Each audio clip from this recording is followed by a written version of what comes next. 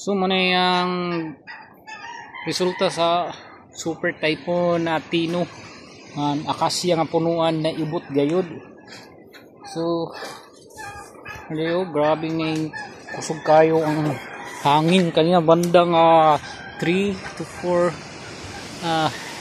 AM early morning. So gulpen hangin. So manay coast na naibot ang punuan ng akasya.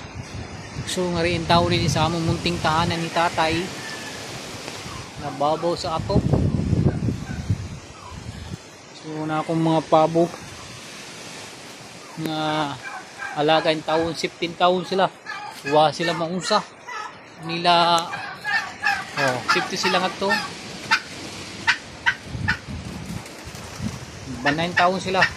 So napon ko nga kuan wa maunsa gyapon nagkuan la siya pero wa maunsa nera kadira dili sa munting tahanan, among munting tahanan ni tatay na kuanan din sa kahoy.